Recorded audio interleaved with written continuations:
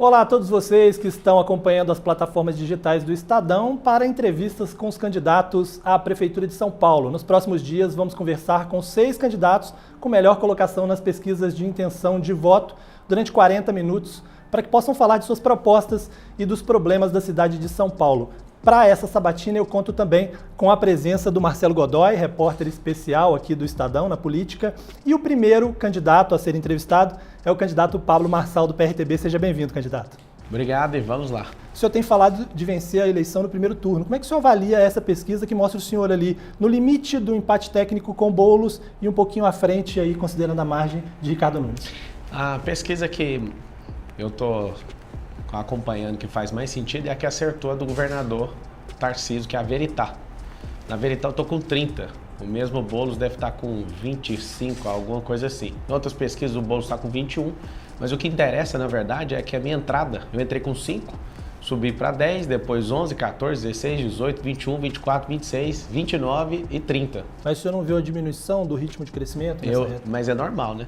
Você está subindo e se eu continuar subindo de forma exponencial, eu ia estar com 200% já. Então, agora é a hora de virar a volta, de conquistar. Agora, né, depois da exposição e muita gente, esse consórcio comunista do Brasil me atacando, que é o Nunes, com PMDB e companhia, o PSB, juntaram os 4 contra mim, é normal que essa subida agora vai ser a conta-gota, normal. Agora, você vai na rua, é um pouquinho diferente. Você vai ver que a pesquisa é diferente, eu tenho minhas tracks, eu sinto a vergonha de ver uma pesquisa dessa e aqui você que é eleitor, eu tenho que te contar o segredo das pesquisas. Alguém paga por elas. Pesquisas quali, que trazem mais detalhamento, elas custam milhões. E esses partidos políticos usam seus fundos, eu não tenho fundo eleitoral, não tenho padrinho político, não tenho tempo de TV, não tenho tempo de rádio e até as redes sociais que eu tinha eles tomaram. E mesmo assim eu continuo em primeiro, de 10 pesquisas, 8 eu estou na frente. A avaliação é muito simples. O astronauta não ganhava eleição para Senado, o França estava na frente e da noite para o dia, a pesquisa que falava que ele estava 14 pontos na frente, ele amanheceu senador da República. Ou seja, não confie nas pesquisas, a pesquisa você tem que checar é o povo. Candidato, próximo, eu queria fazer uma pergunta sobre gestão, né? Porque o próximo prefeito vai preparar a elaboração do novo plano diretor, né? Que deve ser apresentado agora. E eu queria saber do senhor se o senhor pretende manter os eixos de estruturação da transformação urbana, né? Do plano diretor atual, como eles estão, ou o senhor pretende fazer alguma modificação nesses eixos? O plano diretor ele é revisitado a cada 10 anos. Sim. Então foi 2014 e 2024 agora. Como eu quero construir um símbolo para o Brasil aqui em São Paulo, inclusive melhorando a vida das pessoas na Zona Sul, ali próximo de Interlagos, eu quero construir o maior prédio do mundo aqui, de 1 km de altura, que é alguns metros a mais que o prédio que tem hoje em Dubai. A nossa cidade ela não foi planejada com subúrbios e grandes avenidas, então a gente não pode trazer para o centro expandido essa questão de verticalização como alguns pretendem. Eu quero fazer o inverso. O senhor vai mudar então os eixos? Vamos, eu não, vamos. Junto com a Câmara, vou conquistar a Câmara para isso, porque a gente quer gerar 2 milhões de empregos nas periferias. Que aqui é o grande problema da cidade de São Paulo, que já vai resolver problemas de poluição, lentidão de trânsito, que é mobilidade, vai resolver problemas de segurança pública, ter emprego. Vão ser 2 milhões de empregos até o final do meu mandato de 1.460 dias e para isso eu preciso verticalizar as periferias. Primeiro, né, quando eu falo periferia. Favela precisa de ter liberação fundiária, precisa de desfavelizar primeiro, né? Não é verticalizar ali não. É nas periferias, ou seja, a cidade de São Paulo concentrou muito no eixo expandido, agora a gente precisa de inverter esse circuito para o lado de fora, para as divisas, porque a cidade de São Paulo, respondendo e terminando a resposta, ela está rodeada de 38 cidades. É uma metrópole poderosa e a gente precisa de investir nessas capilaridades onde você vai ter emprego aí próximo da sua casa, vai melhorar a sua qualidade de vida e você vai gostar muito disso. Mas o que a gente precisa é que a pessoa saiba onde a prefeitura está. Às vezes a pessoa precisa de um cadastro, ela vai num prédio. Ela precisa de pegar um outro serviço, ela vai em outras. Vamos unificar isso. A Prefeitura de São Paulo hoje tem 40 mil imóveis. Sim, mas eu digo em termos de cargos, né? O senhor vai Sim, mas vai ter menos. Vai ter menos. Não, vai ter uma reforma. 32 para 96. Fora os de 32 para desses... 96 são pontos de atendimento. Por que isso? Então seria Eu não vou replicar a administração do Ricardo Nunes, que ela não funciona, ela é inchada. Nós vamos equalizar isso. E o que eu estou falando sobre economia é que, aumentando esses pontos, nós vamos diminuir os aluguéis que tem em prédios, nós vamos pegar prédios da prefeitura e colocar em um prédio só. Hoje você pega várias secretarias, cada uma tem um prédio. A gente vai unificar isso. Ou seja, uma subsecretaria hoje, às vezes, está em 10, 15 prédios, já está em um só. Isso é economia. E aí a gente vai transicionar isso para tecnologia. Vai criar uma outra subprefeitura. Nós vamos criar as 96, você que está assistindo, são 472 bairros, mais de 1.000 favelas em São Paulo.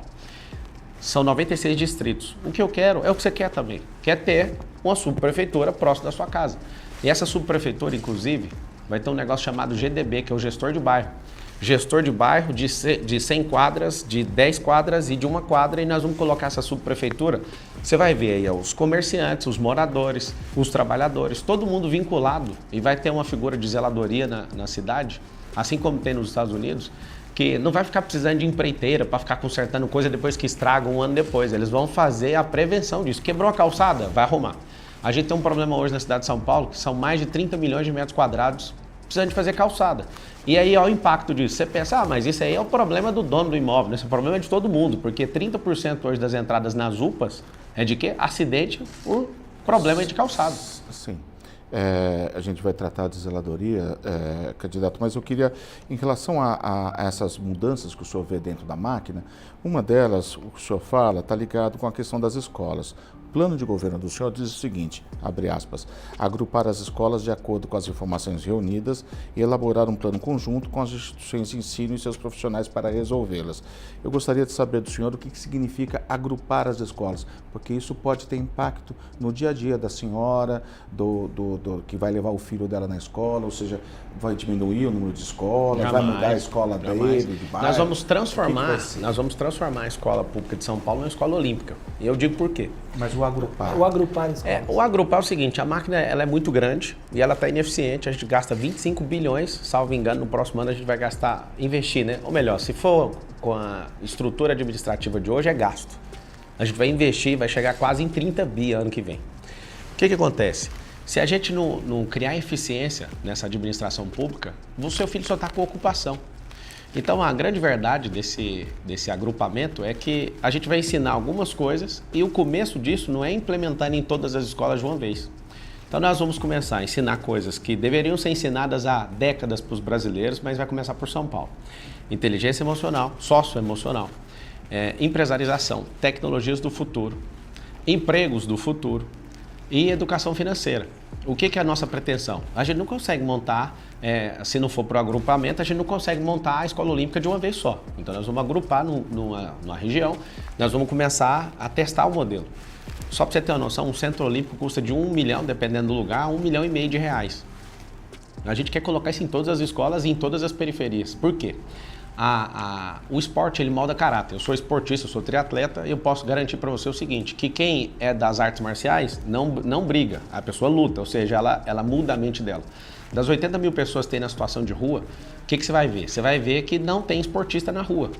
Então nós vamos ensinar para o seu filho que ele pode ter o próprio negócio. O Brasil hoje não tem esse modelo. Inclusive quem faz faculdade de administração não aprende a mexer com empresa, ele aprende a ser supervisor de uma empresa, um gerente no máximo. Nós vamos ensinar isso para o seu filho e é isso que nós vamos fazer na escola. Eu vim de escola pública, sou filho de faxineiro, filho de faxineira, filho de funcionário público e eu posso falar uma coisa para você. Nós não aprendemos a prosperar. E no governo de São Paulo, da cidade de São Paulo, seu filho vai aprender. Candidato, para ficar também na questão do ambiente, né? O programa do senhor diz que os senhores se comprometem em limpar definitivamente o Tietê. Uma proposta que São Paulo escuta há menos 40 anos ou mais, né?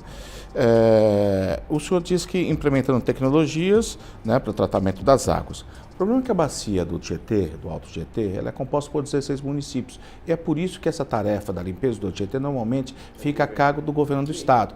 Qual que seria para o senhor o papel da prefeitura, então? Que o senhor deixasse mais claro para o leitor e para o eleitor. O prefeito mal intencionado, igual o Boulos, entrando, não vai limpar nunca.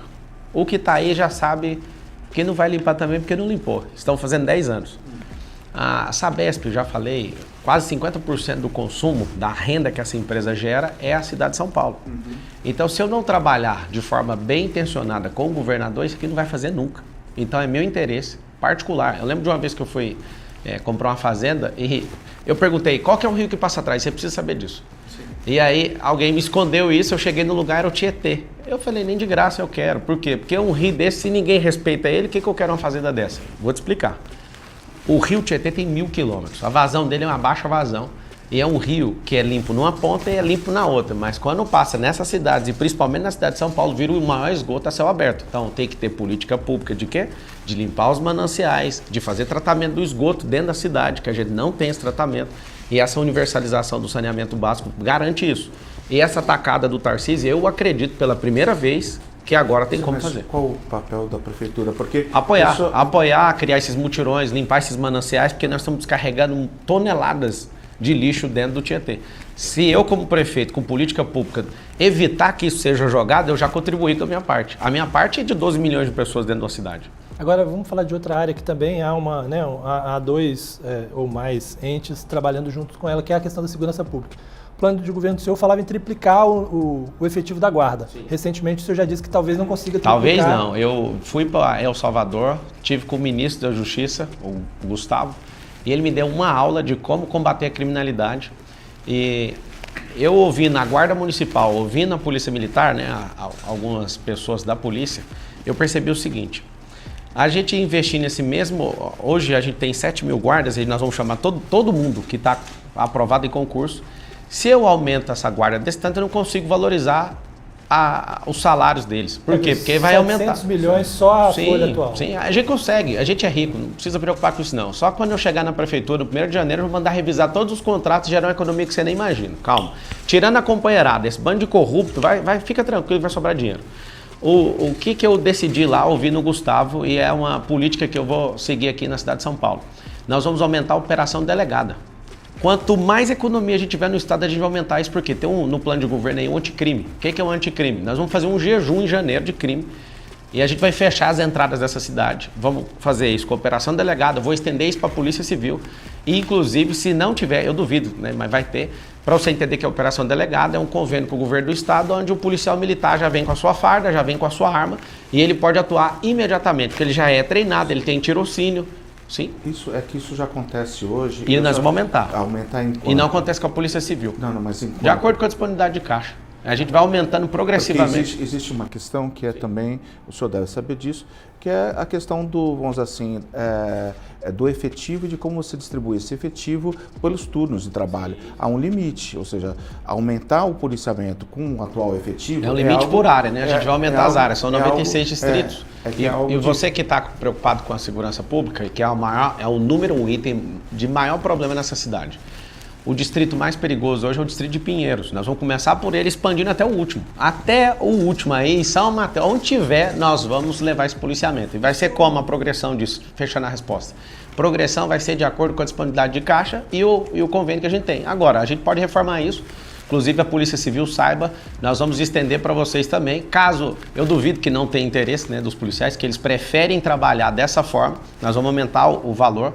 De novo, nós vamos gerar economia no Estado para fazer essa progressão. Não são funções distintas? Quando o senhor fala da Polícia Civil, a Polícia Civil mas trabalha a polícia... depois do crime. Não, então, só que eles têm tirocínio.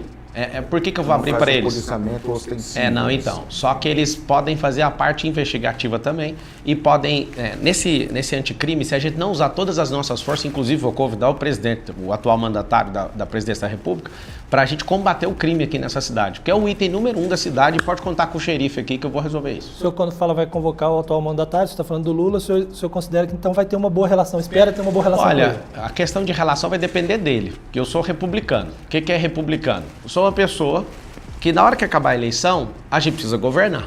Se ele vier a São Paulo, o senhor vai receber? Claro, ele é presidente do Brasil. Eu não estou contra ele, não. Eu luto para que ele faça as coisas certas, que ele diminua o imposto como o Bolsonaro diminuiu, que ele seja um cara que não gaste tanto dinheiro igual está gastando, que ele não interfira no Banco Central. Eu estou a favor, eu quero que ele dê certo. Eu sou brasileiro. Lula, eu torço para que você dê certo e vou te receber aqui na cidade de São Paulo com maior tranquilidade e vou precisar da sua ajuda aqui para a gente governar. Vou falar para o eleitor, com comunista não pode afrouxar, eu estou pegando leve. Espere guerra no mais alto grau contra o consórcio comunista do Brasil, PMDB, essa tropa de Nunes, Tabatinho, achar Tabata, quer dizer, comedor de açúcar, dá pena. Esse pessoal eu vou tratorar eles no próximo debate. É meu único tempo de televisão. Você tá certo, eu tô agressivo porque eu só tenho Deus e o povo. Então, assim, meu tempo de televisão, ninguém vai mandar o que eu faço. Espere, Datena, que eu vou soltar uma no seu peito agora no debate do SBT. E você, Bananinha, espero que eu vou soltar, porque você está me chamando de bandido. Eu vou te prender ano que vem, porque eu vou auditar todos os seus movimentos na prefeitura. Você vai ser preso, e se você não for, você muda meu nome.